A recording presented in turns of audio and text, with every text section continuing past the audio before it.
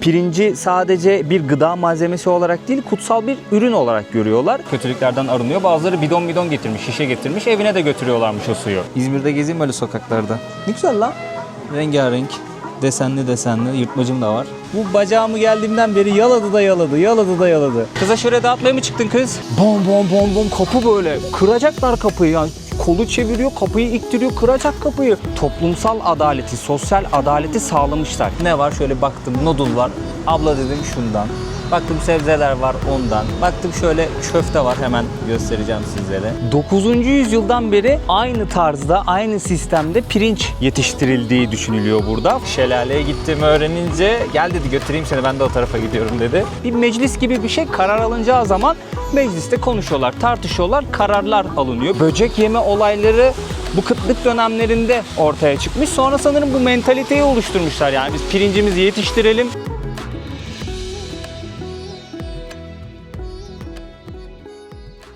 Türkiye'nin lider su arıtma markası Aura Sebilon Unique sunar. Bali'den herkese selamlar dostlar. Nasılsınız? Umarım iyisinizdir. Keyfiniz ve sağlığınız yerindedir. Şimdi telefondan bir taksi çağıracağım, mototaksi çağıracağım. Grab isminde bir uygulama var. Gideceğim konumu seçtim. Burada seçeneklerim çıktı. Arabayla mı gideceğim, motosikletle mi gideceğim diye. Motosiklet daha ucuz. Şöyle hemen motosikleti seçiyoruz. Motosikleti seçtim. Şimdi burada arama yapıyor. Hemen buldu bile bak. Ne kadar uzaklıkta? O yazıyor mu? Geliyor. Bir de mesaj attı. Tamam. Geliyorum diye mesaj attı. Şimdi mototaksimizi çağırdık arkadaşlar. Çok güzel bir yere gideceğiz. Video orada. Başlıyoruz. Daha sonrasında Bali'de gezmek, görmek istediğim birkaç tane farklı yer var. Bu videoda oraları ziyaret edeceğiz. Umarım keyifli bir video olur, güzel bir video olur. Hazır videonun başındayken de destek olmanız açısından videoyu beğenirseniz, yorum atarsanız ve kanalıma abone olursanız dostlar. Çünkü izleyip de abone olmayan sayısı çok fazla. Kanalıma abone olup destek olursanız çok sevinirim. Bu sene 500.000 hedef koymuştum. Ona ulaşmak istiyorum sizlerin de desteğiyle. Hadi başlayalım yine. Gezimiz Aura Sebilon su arıtma cihazlarının desteğiyle başlıyor. Hello, good morning. How are you? Yes, yes. Bak arkadaşımızda ekstra bir kask var. Kask olmadan binemiyorsunuz burada dostlar motorlara. Bunda da sıkıntı ya. Gözlük. Sonradan takmak gerekiyor. Şunu da şöyle. Hadi bakalım. Yeah, ready. Thank you. What is your name? Okto. My name is Burak. Nice to meet you. Arkadaşlar Bali'de ulaşımı en rahat motosikletle sağlıyorsunuz. Eğer burayı ziyaret etme gibi bir planınız varsa, motosiklet kullanabiliyorsanız, ehliyetiniz varsa kiralamanızı öneriyorlar. Çok rahat ulaşırsınız her yere. Bunun dışında daha az maliyetli olur. Çünkü ben her motosiklete bindiğimde ekstra taksiye ücret ödemek zorundayım. Belki motor kiralasam kuvvetle muhtemel daha ucuza gelecektir. Ama dikkatli olmakta fayda var. Çünkü gerçekten çok sıkıntılı kullanan tipler oluyor burada. Dikkat edin yani. Bu trafiktir. Nereye giderseniz gidin. Hangi aracı kullanıyor olursanız kullanın. Dikkat edin dostlar. Bu şekilde mototaksi çağırırsanız araca göre çok daha ucuz oluyor. Hemen hemen $2 gibi bir ücret ödeyeceğim. İndiğimde net fiyatı söylerim sizlere. Bir 10 kilometrelik yol gideceğiz. Burası da Ubud'un merkezi arkadaşlar. Sessiz, sakin bir yer. Genellikle böyle doğayla vakit geçirmek isteyenler, şelaleleri, pirinç tarlalarını ziyaret etmek isteyenler, yogayla, spiritüel şeylerle uğraşanlar Ubud'u tercih ediyorlar. Balayı çiftleri çok geliyormuş buraya. Bali'nin göz bebeği desem Ubud için sanırım yanılıyor olmam dostlar. Ha? Siz ne düşünüyorsunuz? Buraya gelenler Ubud hakkında ne düşünüyorlar? Bali hakkında ne düşünüyorlar? Onları da yorumlara yazarsanız çok sevinirim. Etkileşim olmuş olur ve fikirlerinizi merak ediyorum. Bali'de yollar genellikle böyle arkadaşlar. Bir gidiş bir geliş. Ve etrafınız sürekli yemyeşil. Çok güzel bir şey ya. Yani böyle motorun arkasında bir yerden bir yere yolculuk yaparken yemyeşil doğayı izleye izleye gidiyorsunuz. Ve trafik soldan akıyor. Dikkat etmişsinizdir. Trafik soldan akıyor arkadaşlar.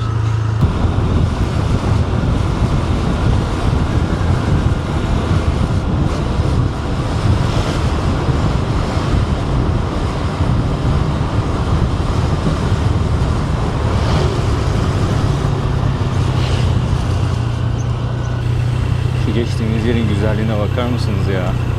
Harbi jungle'ın ortasındayız sanki yani. Böyle bir tane asfalt atmışlar. Takılıyorsunuz kendi halinizde jungle'ın ortasında. Öyle bir vibe'ı var.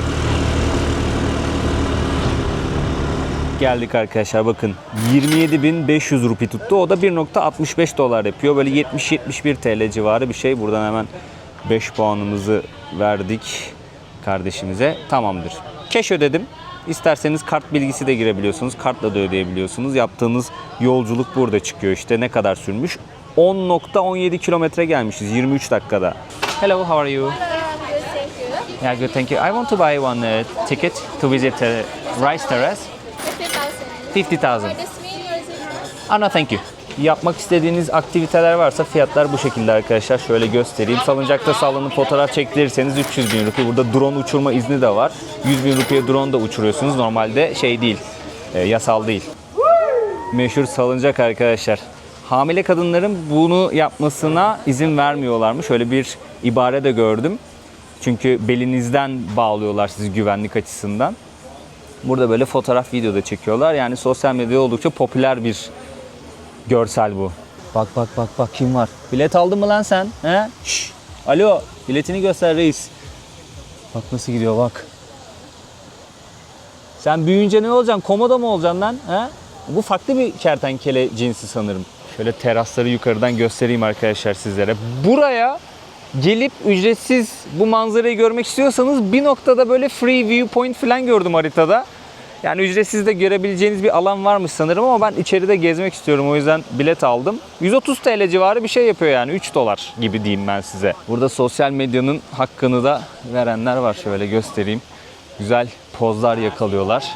Hatta şurada aile boyu bir salıncak var. İleride de salıncaklar var. Artık herkes influencer oldu. Herkes influencer arkadaşlar. Öyle bir olaya evrildi artık. İnsanlar böyle gidiyor bir yerlere, seyahat yapıyorlar, bir şeyler paylaşıyorlar ve çok geniş kitlelere ulaşma imkanına sahip oluyorlar. Ciddi anlamda dünyanın öteki ucundaki insanlarla birden etkileşime giriyorsunuz. Yani kendi ülkenizde hiç tanımadığınız insanlarla bir fotoğraf, bir reels paylaştığınızda, bir video paylaştığınızda etkileşime giriyorsunuz.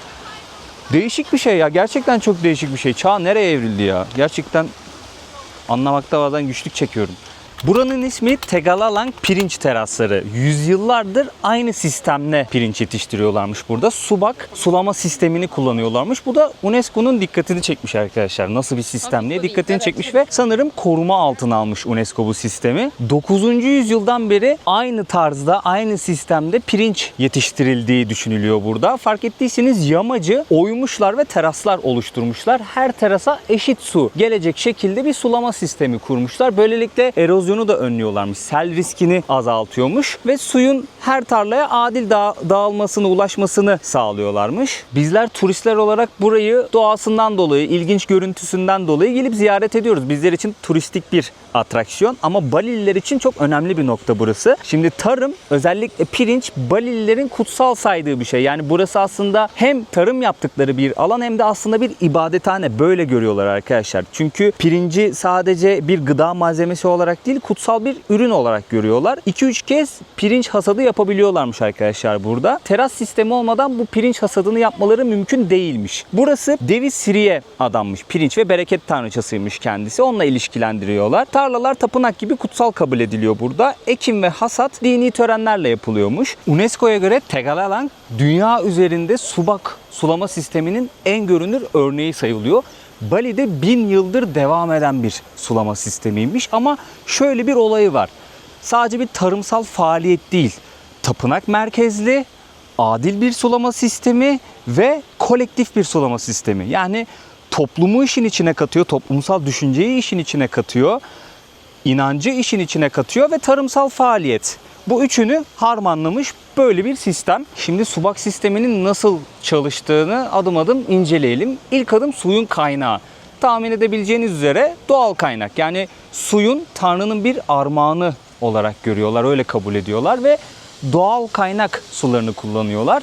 Bu su kaynakları tapınaklarda toplanıyor anladığım kadarıyla ve rahipler ne zaman hangi tarlaya su gideceğine orada karar veriyor. Daha sonrasında taş ve toprak kanallarla, küçük böyle bentlerle Bu teraslara sular dağıtılıyor. Her pirinç tarlasının sahibi bir subak üyesi. Bir meclis gibi bir şey, karar alınacağı zaman mecliste konuşuyorlar, tartışıyorlar, kararlar alınıyor. Birisi bu kuralları ihlal mi etti? Kararları ihlal mi etti? Cezayı da yine birlikte alıyorlar arkadaşlar. Kimse kendi başına hareket edemiyor bu sistemde. Adilce dağıtıyorlar, beraber ekim yapıyorlar, beraber hasat yapıyorlar. Yani tamamen kolektif bir çalışma var burada. Pirinç tarlalarının arasına girince manzaramız birazcık değişti. Bakar mısınız? Çok güzel gözüküyor buradan. Şuradan boruyla buraya su sağlıyorlar, bakın.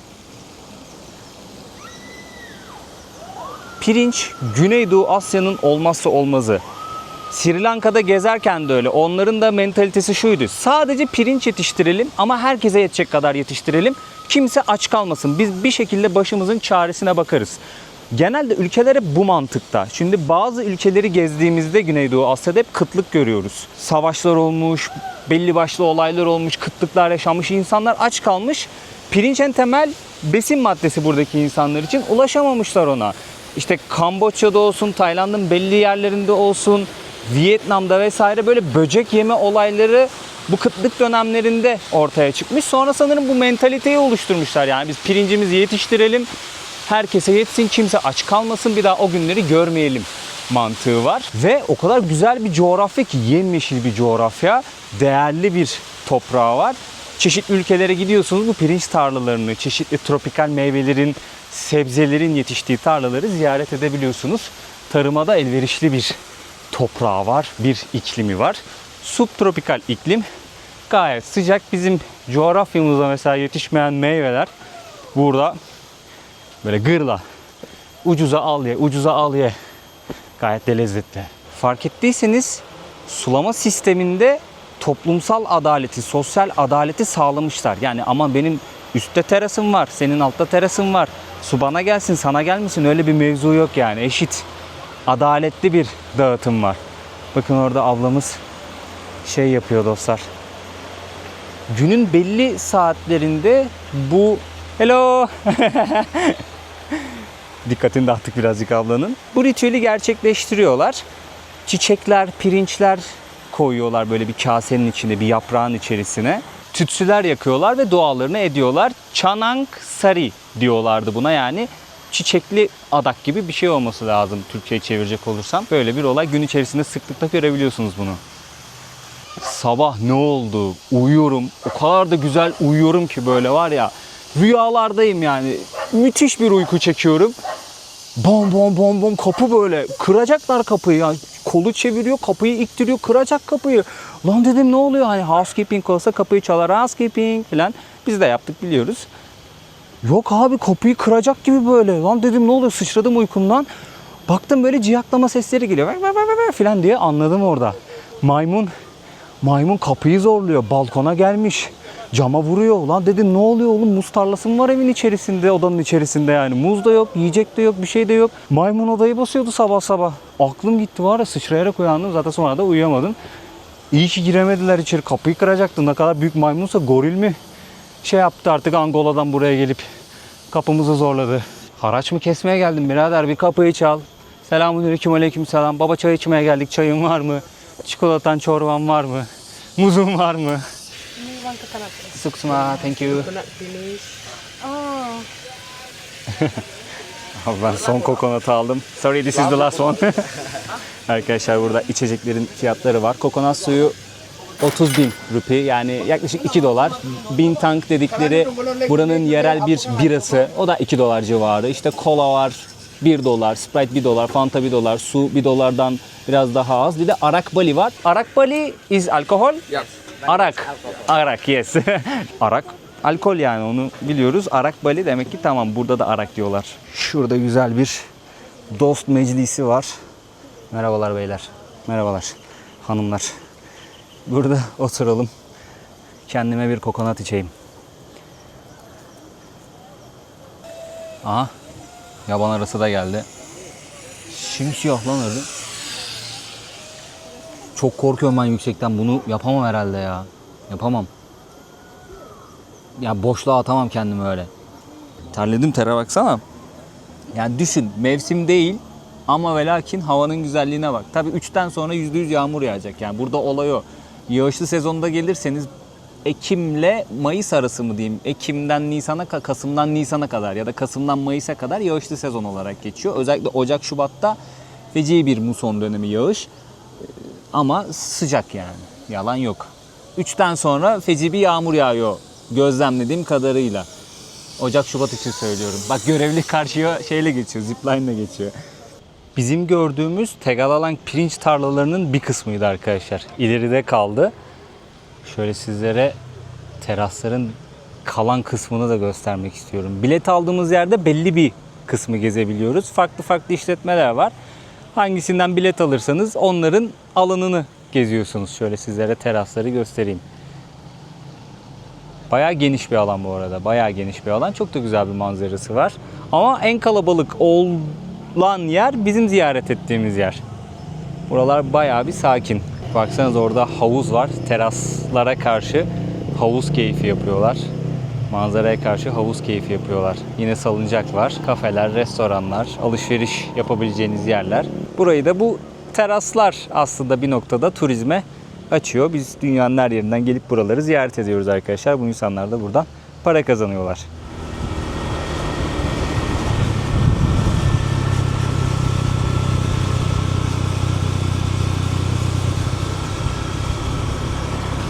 Tirta Empul isminde bir tapınağa geldim arkadaşlar. İleriden biletinizi alıyorsunuz, hemen giriş burada. 75.000 rupi, o da 4,5 dolar yapıyor. Burası Bali'deki en kutsal ve en önemli tapınaklardan bir tanesiymiş. Şimdi içeri doğru girelim. Neden böyle anıldığını anlatacağım. Heykelin büyüklüğüne, güzelliğine bakar mısınız? Yani o kadar fazla işçilik ve emek var ki gerçekten göze de iyi hitap ediyor, güzel hitap ediyor. Bali'nin birçok köşesinde böyle büyük anıt, heykelcikler görebiliyorsunuz. Bu açıdan çok beğendim yani Bali'yi. Çok güzel işlemeli böyle heykelcikler var. Zaten yemyeşil, doğası müthiş. Biraz önce bir tane abla dua ediyordu. Bakın, Bali Hinduizminde dedim ya belli saatlerde bir ritüel gerçekleştiriyorlar diye. İşte o koydukları şey bu arkadaşlar. Bu ablamız da koyuyor. Tütsüsünü de yakmış. Birazcık para iliştirmiş. Çeşitli çiçekler var, pirinç var vesaire.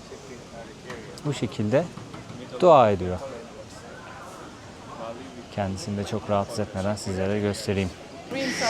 Şuradan şöyle bunu nasıl yapacağız?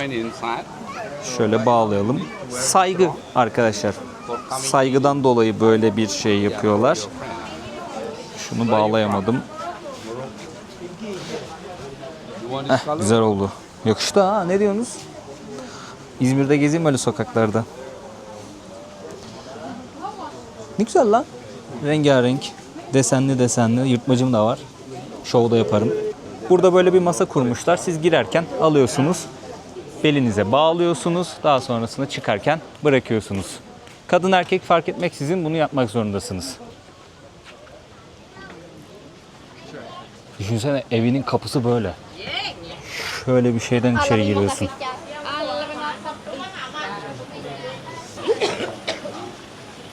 Abla balgam atacak sırtımıza. Oy, balıklara bak. Balıklara. Ne kadar büyük ya. Balıklara fısıldayan genç. Sen ne yaptın da bunları topladın burada ya? Baksana nasıl besililer ha. Nasıl besililer. Arkadaşlar sizlere kutsal su havuzunu göstermek istiyorum. Burası bir su tapınağı, arınma tapınağı. İnsanlar gördüğünüz gibi sıraya girmişler. Bu kutsal suya girip dua etmek, kötülüklerden arınmak istiyorlar. Bir ibadet aslında. Buradaki çeşmelerden su akıyor arkadaşlar. Yer altından çıkan doğal bir su. Bununla ibadetini yapıyorlar. Duasını ediyor ve arınıyor. Kötülüklerden arınıyor. Bazıları bidon getirmiş, şişe getirmiş. Evine de götürüyorlarmış o suyu. Turist olarak siz de girebiliyorsunuz bu arada.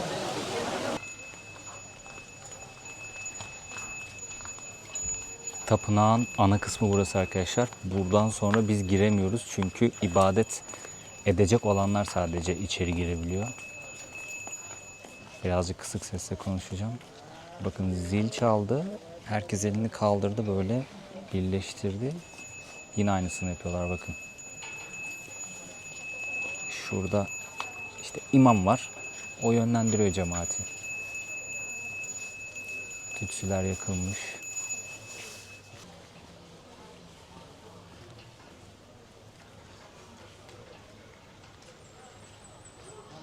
Görüyor musunuz arkadaşlar? Yer altından geliyor su. Burası da kutsal havuz olarak geçiyor. Böyle dilek dilemek için para atanlar olur ya bazı havuzlara. Buraya öyle bir şey yapamıyorsunuz. Tapınağın ismi Tirtha Empul. Tirtha kutsal su demekmiş. Empul da yerden fışkıran demekmiş. Yani yerden fışkıran kutsal su tapınağı olarak geçiyor burası. O yüzden insanlar gelip burada arınıyorlar. Şu an baktığımız bu havuzda kutsal su havuzu. Gördünüz yani şurada ileride yer altından su çıkıyor ve buradan diğer kısımlara iletiliyor su. Alınlarına pirinç koyuyorlar arkadaşlar. Dua ederken alınlarına bir şey koyduklarını gördük. Yakından bakınca onun pirinç olduğunu anladım. Zaten tahmin etmiştim pirinç olduğunu. Yani buradan şunu görüyoruz. Pirincin bu toplum üzerinde çok önemli bir yeri var. Bakın buradan da biraz yansıyor ama gözüküyordur belki suyun çıkışı.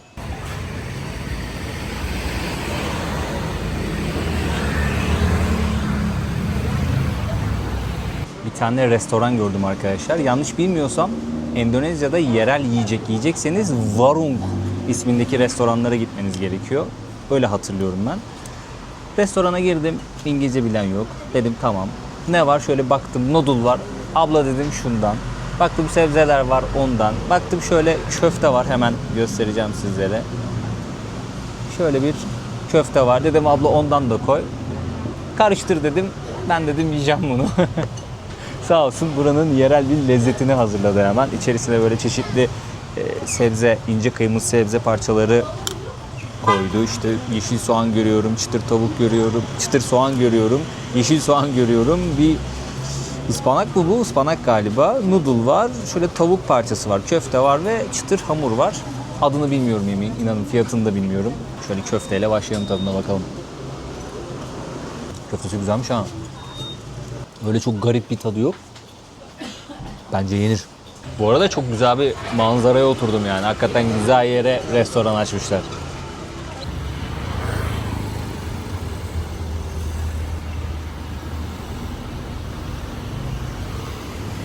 Bak orada Warung Pondok Bali yazıyor. Bu Warung işte dediğim muhabbet. Yerel yemekleri satan lokal dükkanlar, restoranlar. Kutuk abimizle tanıştım şimdi. Bir de Kutuk abimizin 2 tane dostu var. Bu bacağımı geldiğimden beri yaladı da yaladı, yaladı da yaladı. Ne yapıyorsun lan? He? İyi misin? Eşek. Hareketlere bak. Bu beni havlayarak karşıladı ama ikisi de sevdi beni. Çok sevimli ya. Baksana tipe. Ver patiyi. Ver patiyi bana. Yerim seni eşek. Ayakkabım kadar neredeyse. Abimiz burada el yapıyor. Heykelcik olarak el yapıyor. Emek işte arkadaşlar. El işçiliği. Abimiz burada farklı heykeller, heykelcikler yapıyor. Bunu da dükkanlara satıyordur. Geçimini bu şekilde sağlıyor. Burası da işte hem evi hem atölyesi diyebilirim. Anladığım kadarıyla hem evi hem atölyesi.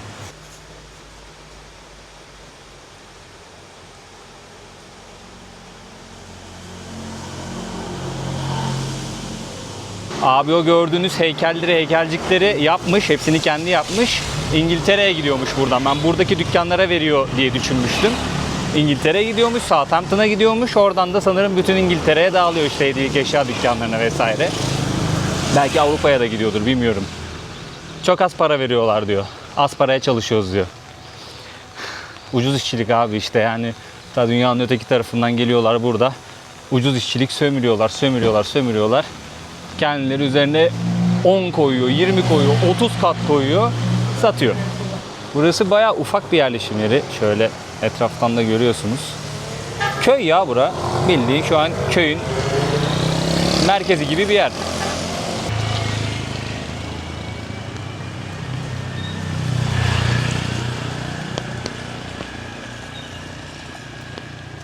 Arkadaşlar şimdi bir tane abla geçiyordu yanımdan. şelaleye gittiğimi öğrenince gel dedi götüreyim seni, ben de o tarafa gidiyorum dedi. Bindim motorun arkasına, beraber gidiyoruz. Şimdi ablaya da şemsiye tutuyorum ama bir işe yaramıyor çünkü rüzgar gibi yüzümüze vuruyor. And then can you take a ticket there, yeah? Okay, ticket. Buraya giriş ücretli 30.000. Yani yaklaşık 2 dolar, 1.8 dolar gibi bir şey. Thank you. Okay, thank you. Bye. Bye bye. Şuradan biletimizi alalım. 10 yaş altı çocuklar bedava diyor. Genelde böyle bilet alıyorsunuz ya, hemen bir bileklik yapıştırıyorlar. Thank you. Thank you, Mister. Ama dikkat edin, bu düşüyor çünkü hava sıcak, terliyorsunuz.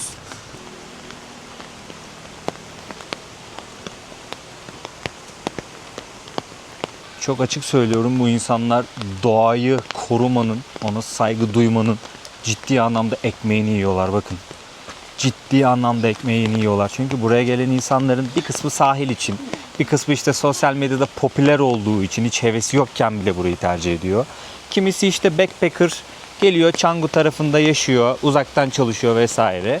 Yani çeşitli sebeplerden gelen insanlar var ama benim gibi insanlar buranın doğasını merak edip, kültürünü merak edip geliyorlar. O kadar güzel korumuşlar ki doğayı. Yani ben kendi memleketimi düşününce biz her yerin içinden geçmişiz ya. Çok ilginç yapmışlar yürüme yolunu. Bak bu dahiyane. Bu güzel fikir. Çok uzak değil şelale. Küçük bir şelale zaten. Öyle çok fazla turistik bir yanı da yok. Çok güzel şelaleler var Bali'de.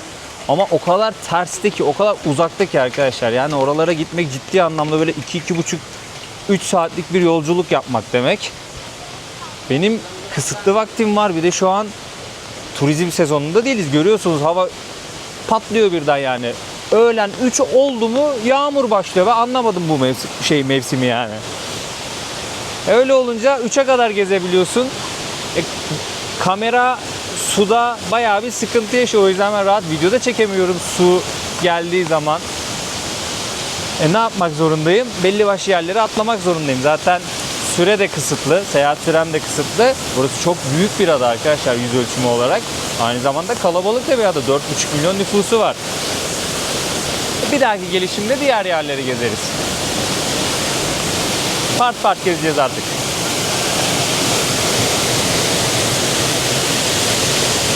Şelale burası.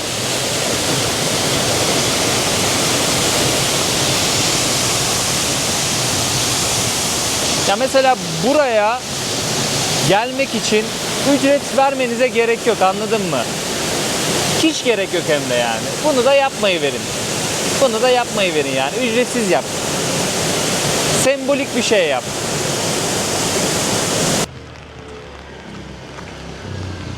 Kız sen kaç yaşındasın ya, motor kullanıyorsun? Burada çoluk çocuk kullanıyor vallahi, hiç öyle şey değil. Bak karşıdan da geliyorlar. Hızlı ve öfkeli. Çok da hızlı değiller. Burası çok tatlı bir sokakmış yalnız. Bu sağımızdaki solumuzdakiler yer yer ev de var, tapınak da var. Herhalde böyle okul tarzı bir şey de olabilir, çok emin değilim ama şuradan çıkabiliyor muyuz bakacağım. Burası birinin evi de aynı zamanda sanırım, ya da Hindu okulu da olabilir, çok emin değilim. Tahmin ediyorum ki öyle yerler var. Çok ilginç tasarımlar görüyorum çünkü. Yani ara sokaklarda evler de var, insanların yaşadığı evler de var. Ama bu tarz böyle tapınağa benzer yerler de var. Sol tarafta bir tane mahallenin bakkalı. Burası da böyle bir muhit arkadaşlar. Çok fazla bir kalabalığı yok, gürültüsü yok, sakin. Doğal güzelliklerini koruyabilen, sahip çıkabilen toplumlara ayrı bir saygı duyuyorum, ayrı bir sempati besliyorum. Gerçekten onların böyle belli aralıklarla tebrik edilmesi, takdir edilmesi gerekiyor tüm dünya kamuoyunca bence. Dünyanın neresine giderseniz gidin böyle bu tarz doğal güzelliğini koruyan kasabalar, köyler, şehirler, yerleşim yerleri vardır, ülkeler vardır. Ama korumayanlar da var yani. Hor kullananlar da var. Har vurup harman savuranlar, tahrip edenler. Çok. Çok. Biliyorsunuz çok. Kıza şöyle dağıtmaya mı çıktın kız? Hello. Ha tamam şey. Bak tütsüsünü yakmış. tabakları hazırlamış. Pirinci var, şekeri var, çiçeği var. Bunu şimdi sunaklara koyacak, dua edecek. Thank you, terima kasih. Bak başladı abla koymaya. Sütüsünü de koyuyor. Sanırım o kutsal su. Duasını da ediyor. Günde birkaç kez yapıyorlar bunu arkadaşlar. Bak kapının önüne de koyuyor. Yerde de çok görüyorsunuz bunu. Çok ilginç geliyor. Yani bizlere çok ilginç gelen bir ritüel, bir dua etme biçimi.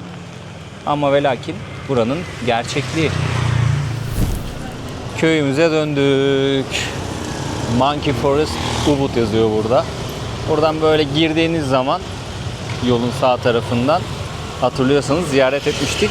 Ormanlık alan var. Neydi? Maymun Ormanı. Bali'nin doğasını aslında bir noktada gördük bu videoda. Ben sevdim doğasını. Gerçekten çok sevdim. Bir sonraki videoda görüşmek üzere diyeyim. O zamana kadar kendinize çok iyi bakın. Videoyu beğenirseniz, yorum atarsanız da kanalıma abone olarak beni desteklerseniz çok sevinirim. Videoyu çok fazla insan izliyor ama maalesef abone olanların sayısı çok az. Bu oranı ben görebiliyorum. Lütfen abone olursanız böyle bir dakika, böyle bir saniye durdurup videoyu abone ol. Televizyondan izliyorsanız da durdurun. Telefondan bir yerden girin, hızlıca abone olun, yorumunuzu atın, desteğinizi olun. Öyle videoya devam edin. Sizlerden ricamdır. Böyleydi arkadaşlar video. Kendinize çok iyi bakın. Görüşmek üzere. Türkiye'nin lider su arıtma markası Aura Sebilon Unique sundu.